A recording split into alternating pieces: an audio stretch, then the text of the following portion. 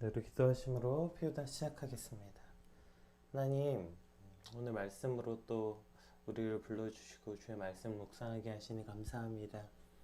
오늘 이제 예수님 십자가에 달리기 바로 직전인 이날 예수님 몸소 하늘나라의 방식과 법칙은 어떠한지 알려주셨던 이 말씀을 오늘 우리 가슴 깊게 새기는 오늘 우리의 주말이 되게 하여 주시옵소서. 감사합니다. 예수님 이름으로 기도드립니다. 아멘. 네, 오늘 우리가 함께 살펴볼 말씀은 누가복음 22장 24절에서 38절까지 말씀입니다. 우리 같이 함께 읽겠습니다. 또 그들 사이에 그중 누가 크냐 하는 다툼이 난지라 예수께서 이르시되 이방인의 임금들은 그들을 주관하며 그 집권자들은 은인이라 칭함을 받으나 너희는 그렇지 않을지니 너희 중에 큰 자는 젊은 자와 같고 다스리는 자는 섬기는 자와 같을지니라. 앉아서 먹는 자가 크냐 섬기는 자가 크냐? 앉아서 먹는 자가 아니냐? 그러나 나는 섬기는 자로 너희 중에 있노라. 너희는 나의 모든 시험 중에 항상 나와 함께한 자들인즉 내 아버지께서 나라를 내게 맡기신 것 같이 나도 너희에게 맡겨 너희로 내 나라에 있어 내 상에서 먹고 마시며 또는 보좌에 앉아 이스라엘 12지파를 다스리게 하려 하노라. 시몬아 시몬아 보라 사탄이 너를 밀가부르듯 하려고 요구하였으나 그러나 내가 너를 위하여 내 믿음이 떨어지지 않기를 기도하였노니 너는 돌이킨 후에 내 형제를 굳게 하라.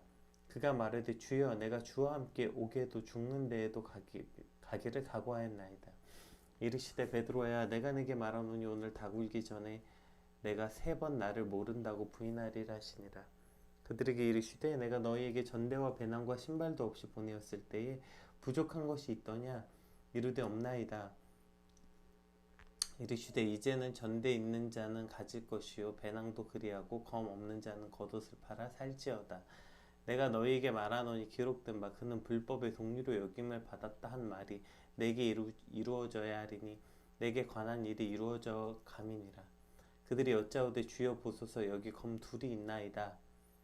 대답하시되 족하다 하시니라. 아멘. 오늘 본문은 그 시작부터 그 누가 크냐라는 다툼이 났다라는 말로 시작돼요. 참 시작부터 한숨 짓게 하는 장면이 아닌가 싶어요. 예수님께서 이제 그 십자가의 고난이 바로 코앞에 다가왔고 그로 인해서 이제 성만찬을 가르치시고 그래도 최소한 맨 마지막 이제 예수님 이제 십자가에 달려 죽으시기 얼마 되지 않는 그 하루 앞인데 최소한 마지막에는 조금이라도 그래도 예수님을 이해하고 사랑하는 모습들 그런 것들이 제자들에게 있길 기대하지 않으셨을까? 그래야 그 3년이 그 정도로 헛되지 않지 않았을까? 이런 어떤 마음이지 않았을까 이런 생각이 듭니다. 그러나 오늘 제자들의 모습은 참 절망적이에요. 이 와중에 누가 크냐? 시작이 또 그들 사이에 그 중에 누가 크냐는 다툼이 났대요. 그러니까 이제는 그냥 누가 크냐 서로 눈치 게임 정도 한 게 아니라 실제 싸우고 있는 그 모습이 저라면 참 자괴감이 들 것 같아요. 만왕의 왕이신 예수께서 낮고 낮은 이 땅에 천하디 천한 인간의 몸으로 죽으시기 직전에 저들은 누가 크냐는 주제로 싸운다. 아, 내가 도대체 쟤네들과 3년 동안 뭘 한 거지? 어떤 이런 절망감이 들 것 같아요. 사실 이러한 제자들의 뭐랄까요? 예수님을 알지 못함, 좀 가볍게 말하면 눈치 없음, 이런 자꾸 남의 다리 긁는 것 같은 소리. 그들이 3년간이나 예수님과 함께 했지만 지금 여전히 예수님이 뭘 하길 원하시는지도 모르고 예수님이 원하시는 거니까 무엇인지도 모르고 더 나아가서 저들은 여전히 영적으로 조금도 하늘나라에 관심을 두지 않는 상태인 것을 사실 이제 본문 후반절에도 계속 적나라하게 드러납니다. 오늘은 좀 앞의 주제보다 앞의 주제는 24절에서 이제 30절까지 낮은 자가 이제 누가 크냐라는 질문에 대한 예수님의 답보다 오늘 예수님의 마음이 어떠한지 전반적으로 좀 한번 살펴보려고 해요. 뒤에 이제 보세요. 이제 첫 번째 누가 크냐는 다툼이 있었고요. 그 다음에 무슨 일이 있어요? 우리 31절 31절에서 34절까지 한번 읽어볼까요? 네, 31절에서 34절. 시몬아 시몬아 보라 사탄이 너희를 밀 까부르듯 하려고 요구하였으나 그러나 내가 너를 위하여 내 믿음이 떨어지지 않기를 기도하였노니 넌 돌이킨 후에 내 형제를 굳게 하라. 그가 말하되 주여 내가 주와 함께 오게도 죽는데도 가기를 각오하였나이다. 이르되 베드로야 내가 내게 말하노니 오늘 닭 울기 전에 내가 3번 나를 모른다고 부인하리라 하시니라. 네. 그러니까 예수님은 이제 베드로가 이제 사탄이 너희를 밀가부로 너희를 이제 이렇게 시험하고 넘어뜨리려고 할 것이다. 이제 이러한 그 뭐죠? 기록. 그러니까 지금 이제 그 가룟 유다뿐 아니라 다른 제자들에게도 역시 어떤 사단이 저렇게 너희를 그 밀 까부르듯 하다. 이 말이 이제 뭐냐면 그 알곡과 쭉정이를 나누기 위해서 채를 이렇게 흔드는 거. 예. 그렇게 너희를 채에 넣고 흔들어서 유혹에 빠뜨리기 위해서 이렇게 너희를 심하게 시험할 것이다. 이제 그렇게 말하고 특별히 그 대상이 베드로인 것이죠. 그래서 베드로야 베드로야 이렇게 2번이나 베드로 시몬아 시몬아 이렇게 2번이나 베드로 이름을 불러주시죠. 그러니까 이제 예수님이 이러한 이야기 이제 앞으로 그런 일이 일어날 건데 예수님이 이미 베드로가 예수님을 부인할 것, 예수님을 배신할 것, 그 모든 것은 물론이거니와 게다가 그 후에 그 배신한 후에 베드로의 절망까지도 내다보시고 그것에 대한 그 지금 솔루션을 주고 계시는 거죠. 그러니까 베드로는 앞으로 예수님을 부인했다는 치명적인 실패를 경험하게 될 것이고 그 후에 그 실패를 경험을 바탕으로 이제 그 뭐라고 표현했냐면 32절에 너는 돌이킨 후에 내 형제를 굳게 하라 이렇게 됐거든요. 돌이키다라는 게 이제 회개하다 이런 거예요. 그러니까 너가 이제 그렇게 실패를 경험하게 될 건데 그 후에 그 실패의 경험을 바탕으로 동역자들을 믿음에 굳게 세워야 될 사명이 너에게 있다. 지금 이것을 가르쳐 주시고 있는 거죠. 그래서 형제들이라고 네가 해야 되는 것이 이제 내 형제를 굳게 하라 이렇게 말한 거죠. 그러니까 베드로라는 이름이 반석이라는 이름을 주신 거잖아요. 그러니까 반석 위에 교회를 세우듯 베드로는 이제 자신의 이름처럼 그렇게 자신의 형제들을 동역자들을 굳건히 세우는 사명이 너에게 있다. 참 이게 놀랍지 않나요? 오히려 실패하고 배신했던 베드로에게 너는 그 형제들 그 후에 네가 그 실패를 경험으로 바탕으로 너는 오히려 그렇게 믿음에 굳건히 세워지는 사실 베드로의 모습은 굳건한 것과는 좀 많이 다르잖아요. 갈대 같았고 왔다 갔다 하는 모습. 그럼에도 불구하고 예수님이 베드로를 향한 어떤 그 신뢰 그리고 앞으로 너는 그렇게 할 것이다 라고 지금 그 후에 그 베드로가 예수님을 부인한 후에까지도 그 살펴보시고 베드로를 지금 위로하시고 그리고 오히려 사명을 주시는 나중에 아마 이 말씀이 기억나게 됐을 때 베드로가 그래 예수님 그때 그렇게 말씀하셨지 일어서서 내가 사명을 가져야지 할 수 있도록 어쨌든 예수님은 베드로를 향한 그렇게 사랑과 격려의 마음을 담아서 너가 날 배신할 거니까 넌 나쁜 놈이야가 아니라 그러나 배신하겠지만 그러나 돌이킨 후에는 내 형제를 굳게 하라 는 사명을 그 후에 사실 예수님이 오셔서 내 양을 먹이라 했던 말과 사실 매우 흡사한 그런 얘기를 지금 하고 계시는데 베드로는 지금 진짜요? 조금이라도 좀 진지하게라도 한 번이라도 제가 예수님 정말 부인하는 날이 오나요? 제가 정말 어떤 그런 시험에 크게 드는 날이 올까요? 좀 이렇게 한 번이라도 좀 진지하게 들으면 좋을 텐데 여전히 저 얕은 마치 까부는 것 같이 그가 말하되 주여 내가 주와 함께 오게도 죽는데도 가기를 각오하였나이다. 각오는 했겠죠. 예수님 말씀하셨으면 그런 일이 일어난지에 대해서 좀 진지하게 받아들이고 고민해 봤으면 좋을 텐데 그럴 일 없다고 여전히 호언장담하는 그 베드로의 모습.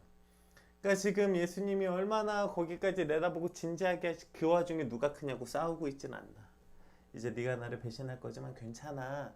그 후에 넌 내 형제를 세우는 자가 되렴. 이렇게 지금 예수님이 매우 아픈 마음으로 진지하게 베드로를 격려하고 위로하는 마음으로 하고 있는데 그런 일은 안 일어날 거예요. 지금 이렇게 말하고 있는 참 분위기 파악 못하는, 여전히 핵심이 뭔지 전혀 알지 못하는 어떤 이런 제자들의 모습이 오늘 또 기록되어 있고요. 뒤에도 마찬가지입니다. 35절에서 38절도 지금 또 거의 계속 반복입니다. 35절에서 38절도 한번 볼까요? 지금 전혀 제자들이 예수님의 말을 전혀 이해하지 못하고 계속 동문서답들을 서로 계속하고 있어요. 그들에게 이르시되 내가 너희를 전대와 배낭과 신발도 없이 보내었을 때에 부족한 것이 있더냐 이르시되 이르되 없나이다. 없었나이다. 이르시되 이제는 전대에 있는 자는 가질 것이요 배낭도 그리하고 검없는 자는 겉옷을 팔아 살지어다. 내가 너희에게 말하노니 기록된 바 그는 불법의 동류로 여김을 받았다 한 말이 내게 이루어져야 하리니 내게 관한 일이 이루어져 감이니라. 그들이 여짜오되 주여 보소서 여기 검 둘이 있나이다 대답하시되 족하다 하시니라.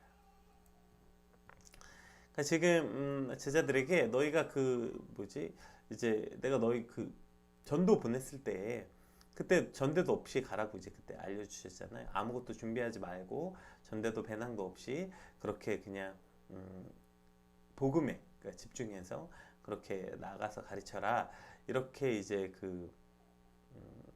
교훈해 주셨는데 근데 이제 그때 너에게 부족함이 있었냐 이제 물어보죠. 그러나 이제 부족함은 없었습니다. 네, 이렇게 물어보죠. 그러니까 그들을 초기 전도 여행할 때 했던 어떤 질문이죠. 부족한 것이 없었습니다. 그런데 이제는 전대 있는 자는 가질 것이요 주머니도 이제 그렇게 해라.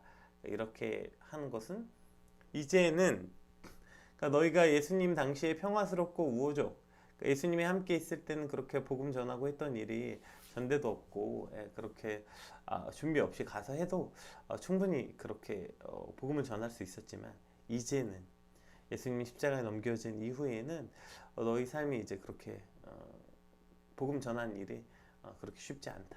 이제 고난과 핍박으로 점천될 것이다. 그러니까 이제 전에는 필요 없던 전대와 주머니 이것은 이제 이 고난의 시대를 준비하라 이런 이야기입니다. 그래서 너희가 그 전에는 이제 그런 거 없이도 그냥 나가서 진짜 딱 복음만 전하고 그렇게 너희 먹을 거 이런 거 딱 없이 그냥 복음에 집중할 수 있었지만 이제는 너희가 전대를 가지고 배낭도 가져라. 그리고 심지어 이제 겉옷을 팔아서 검을 사라.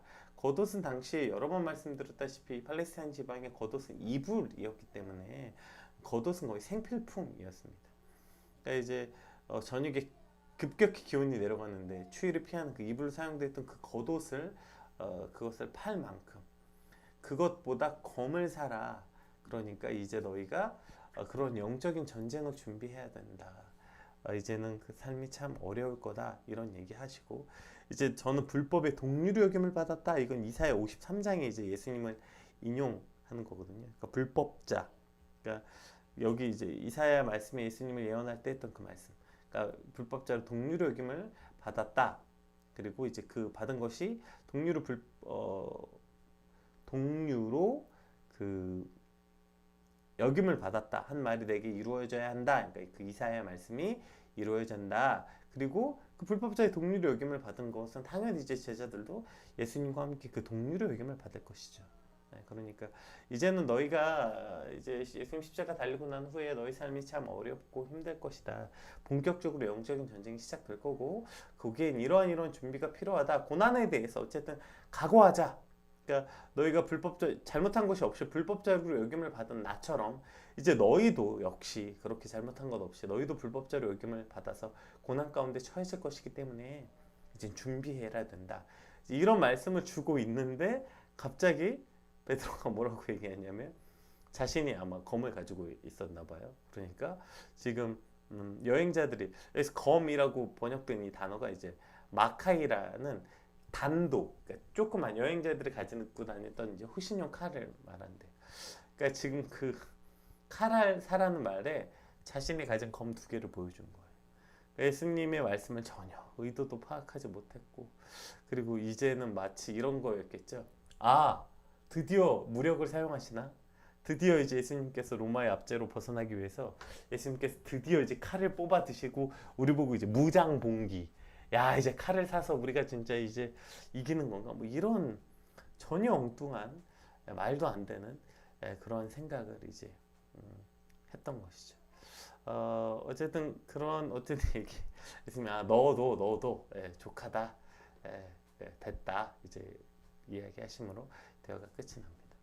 그러니까 사실 오늘 본문 전체는 이제 예수님이 십자가에 달리기 전날이시고 이제 십자가에 달려 돌아가시기 딱 이제 하루를 앞둔 저녁에 이러한 참 안타까운 순간들, 전혀 예수님이 아직 뭘 하시는지도 모르겠고 이 와중에 싸우질 않나, 이 와중에 지는 지금 아니라고 지금 예수님이 지금 다 얘기하고 계신다. 뭘 안다고 지금.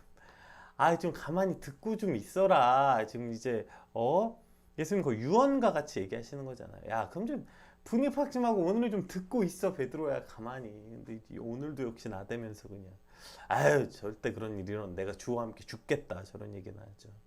너희가 이제 고난을 각오하라는 이 말에는 난데없이 지금 지들 갖고 있었고 칼이나 꺼내 보이면서 마치 기대에 차서 여기 검 둘이 있나이다. 주여 보소서. 이제 나는 마치 검을 미리 준비한 사람입니다. 이러한 어떤 참 지치고 절망적이겠다 이런 생각이 들어요. 그리고 사실 이제 사역을 하다 보면 종종 그런 생각들을 하는 순간들이 있게 되는 것 같습니다. 그동안 뭘 한 거지? 도대체 이 사역에 무슨 의미가 있는 거지? 특히 이제 저같이 목회하는 목회자들의 어떤 딜레마 중에 하나이죠. 그러니까 뭐 교인이 몇 명이다 뭐 이런 것에 무슨 의미가 있겠냐마는 최소한 이런 거, 내가 평생 목회해서 과연 몇 명의 제자는 만들었을까? 예수 그리스도의 제자, 정말 예수님을 따르고 정말 예수님 앞에 목숨을 거는 정말 참된 이 제자가 과연 나는 그런 제자를 양육하는 목회자였나? 이러한 딜레마는 모든 목회자들이 갖고 있는 어떠한 그 고민 중에 하나일 것입니다.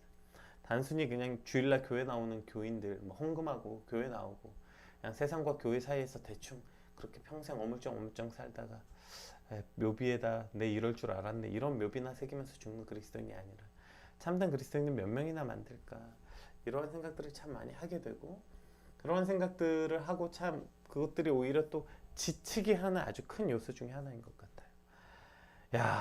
이 와중에 싸운다고 이런, 이 와중에도 안 듣는다고, 이렇게까지 했는데도 안 듣는다고, 이제 나 내일 죽는데 오늘까지도 저런다고, 어떤 이러한 참 이렇게 이제 그 분노, 그리고 나중에 자기 연민, 뭐 이런 여러 가지 감정들이 들게 되는 것 같아요. 그런데 참 놀랍게 오늘 말씀을 통해서 예수님은요, 지금 이러한 제자들, 내일 예수님이 십자가에 달려 죽으심에도 불구하고 전혀 어떠한 너희가 어찌 책망하거나 혼내시거나 너희가 어찌 지금 이 와중에도 이럴 수가 있냐는 어떠한 뉘앙스도 없이 그저 잠잠히 설명 천천히 해주고 계시는 이 모습을 보게 돼요.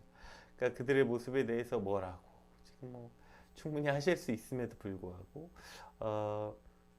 그냥 그렇게 되지 않게 그냥 어떤 모습인지 어떻게 살아야 되는지 다시 한번 설명해 주시고, 어떤 스스로 무슨 자기연민에 빠지시거나 어떤 제자들 향해 분노하시는 거나 그런 거 없이 이것을 그냥 그대로 설명하고 있는, 호통을 치거나 철이 없다고 한탄하시거나 전혀 예수님이 그 어떠한 과격한 말씀 한마디도 없이 아주 부드러운 말씀으로 그들이 가르치고 타이르시고 계신 모습을 보게 됩니다. 여기에 사실 이것이야말로 하늘나라의 법칙, 첫 번째 법칙이 아닌가. 온유함이 뭘까? 성경의 온유함은 화내지 않는다는 뜻은 아닙니다. 온유하다는 뜻에 대해서 언제 또 한번 설명한 적이 있었던 것 같은데, 어쨌든 그 진짜 부드러움, 우리가 그 외유내강이라고 하는 그 겉은 부드럽지만 속은 강함이 어쨌든 온유함과 더 강한 그 비슷한 모습, 가장 비슷한 모습인 것 같은데요. 근데 진짜 온유함은 여기 있는 것 같아요. 오히려 겉으로는 맨날 형제님 자매님 사랑합니다 이렇게 온유한 것 같고, 진짜 저런 순간이 될 때 어떠한 그 본성이 드러나거든요. 사역하다 보면 참 그런 순간들이 많이 드러나요. 그때 참 많은 자괴감이 들기도 하고, 가장 온유해야 될 때 온유하지 못한 순간들, 그리고 그러한 순간들로 사단이 아마 밀 까부르듯 우리를 시험한다는 건 아마 그러한 순간인 것도 같습니다. 그러나 그 모든 순간 오히려 그럴 때야말로 이것이 진짜 온유한 것, 이때야말로 정말 온유해야 되는 것, 이것이 하늘나라의 법칙이구나 이런 생각을 하게 돼요. 이 정도면 이때 정도는 진짜 지치고 인간인데 이때는 좀 섭섭한 말도 하고 좀 호통도 치고 충분히 할 수 있는 인간적으로는 이때는 진짜 이 정도 했는데도 몰라? 이 정도면 좀 한번 진짜 화도 내고 좀 짜증도 내야 되는 거 아니야? 그런데 그 순간에야말로 더 온유하고 부드러운 말씀으로 그들이 가르치셨던 예수님의 모습, 이것이 하나님의 나라의 어떤 방식, 이게 하늘나라를 이루는 방식이 아닐까? 모든 사람이 이 정도는 진짜 화 한번 내도 돼. 저것들 진짜 정신 못 차렸네. 이제 진짜 한번 크게 한번 혼나야지 라고 하는 순간에 그때 한 번 더 부드러운 말씀으로 타이르시고 가르치신 것, 이것이 진짜 온유구나. 그러니까 뭐 이렇게 늘 온화한 표정을 지었다고 온유가 아니라 모두가 정말 이젠 아니다, 이젠 정말 한번 혼나야 된다라고 말할 때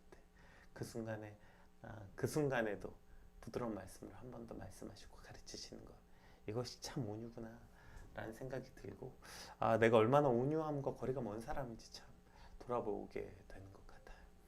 제가 오늘 본문을 하늘나라의 그 방식이라고 정한 이유도 여기 있습니다. 첫 번째가 이것이 가장 하늘나라의 방식과 세상의 방식과 가장 다른 방법이 아닐까요? 세상은 이제 마땅히 화내야 되고 지금 마땅히 어떠한 이 정도면 진짜 불의에 대해서 화를 내고 호통치고 그것이 마땅하다고 얘기할 때 예수님의 방식은 한 번 더 온유한 모습으로 타이르고 부드러운 말로 함께 한다는 것. 그리고 특별히 오늘 저같이 목회하시는 분들이나 누군가 가르친 사람들에게 꼭 돌아봐야 되는 순간인 것 같아요. 예수님의 그 온유함 때문에 사실 오늘도 이 자리에 서 있는 거 아닙니까? 마땅히 혼나도 마땅한 우리를, 진노의 자녀가 되어야 되는 마땅한 그때 한 번 더 타이르시고 부드러운 음성으로 말씀해 주셨기 때문에 오늘 우리가 이 자리에 있는 거죠. 그런데 우리는 뭐 얼마나 참았다고, 뭐 얼마나 대단하게 희생을 했다고, 그렇게 누군가가 또 그렇게 자기 마음을 알아주지 못하고 하지 못한다고 섭섭해하고 화내고 내가 이렇게까지 이 와중에 싸운다고 이러한 어떤 마음이 드는 것 자체, 그것이 세상의 법칙과 그냥 조금 더 다르지 않구나. 최소한 우리가 그리스도인이라면 세상에서 당연히 화내야 된다고 말하는 그 순간에 한 번 더 부드럽게 말하고 타이르는 삶, 오늘 예수님의 모습, 이것이 오늘 저와 여러분의 삶이 되시기 주님을 축복합니다. 또 이제 앞에 누가 크냐는, 그럼 부드러운 말씀으로 뭘 가르치셨습니까? 앞에 거 말하시죠. 25절부터 한번 그냥 읽어보고 한 절씩 보면서 우리 그냥 말씀 맞춰보도록 하겠습니다. 예수께서 이르시되 이방인들의 임금은 그들을 주관하며 그 집권자들은 은인이라 칭함을 받는다. 자, 이방인이라고 표현했어요. 여기서 이방이라는 건 뭘까요? 하나님의 나라 알지 못한 이들. 그들은 임금들이 그들을 주관하고 집권자들은 은인이라 칭함을 받지만 그러나 너희는 그렇지 않을지. 너희는 뭐예요? 그러니까 이방인과 그러니까 세상과 그리스도인을 구별하고 있는 것입니다. 너희는 그렇게 하면 안 된다는 거예요. 힘 있는 사람이 너희를 다스리고 약육강식이 당연한 것처럼 세상은 말하지만 너희는 그러면 안 된다는 거예요. 너희 중에 큰 자는, 여기서 젊은 자와 갖고는 당시 이제 여러 번 설명해 드렸지만 욥기 할 때도 말했지만 젊은 자들은 그렇게 어른들 앞에 나서거나 자신의 의견을 펴거나 할 수 없는 연약하고 작은 자로서의 의미입니다. 그러니까 너희 중에 큰 자, 마땅히 권리를 주장할 수 있고 나이도 있고 어떤 그러한 사람은 뭐 그런 자격이 없는 자 같이 하고, 다스리는 자는 오히려 섬기는 자와 같이 해라. 앉아서 먹는 자가 크냐 섬기는 자가 크냐? 앉아서 먹는 자 아니냐. 그러나 나는 섬기기로 한 자. 그러니까 당시에 이제 보면 이렇게 비스듬히 누워서 먹는 문화, 최후의 만찬 그림에서 보시는 것처럼 그렇게 누워서 먹으면 그 종들이 음식을 엄청 갖다 날라야 되는 그 일이 보통 고된 일이 아니었다고 해요. 그래서 음식을 나르는 종들에 관해서는 그들이 얼마나 사실 고되고 천한 일이었는지 곳곳에 기록되어 있는데요. 그런데 나는 먹는 자가 아니라, 앉아서 먹는 자가 아니라 섬기는 자로 너희에게 왔다. 실제로 예수님이 이제 이 말씀할 때 요한복음에 쓴 제자들의 발을 씻겨 주시는 장면도 나오죠. 너희는 나의 모든 시험 중에 항상 나와 함께한 자들은즉 내 아버지께서 내 나라를 내게 맡기신 것 같이 나도 너희에게 맡겨 너희로 내 나라에 있어 내 상에서 먹고 마시며 또는 보좌에 앉아 이스라엘 12지파를 다스리게 하려노라. 자, 그러니까 예수님은 저들의 이 세상의 법칙을 하늘나라로 눈을 돌려주십니다. 이 땅에서 너희가 그렇게 크려고 애쓰고 노력하는 것이 아니라 오히려 여기선 우리가 더 낮은 자로 힘없고 연약한 자들로 섬기는 자들로 살아갈 때 그것이 하늘나라에서는 너희의 큰 기쁨이 될 것이다. 그것이 하늘나라의 너희의 상급이 될 것이다.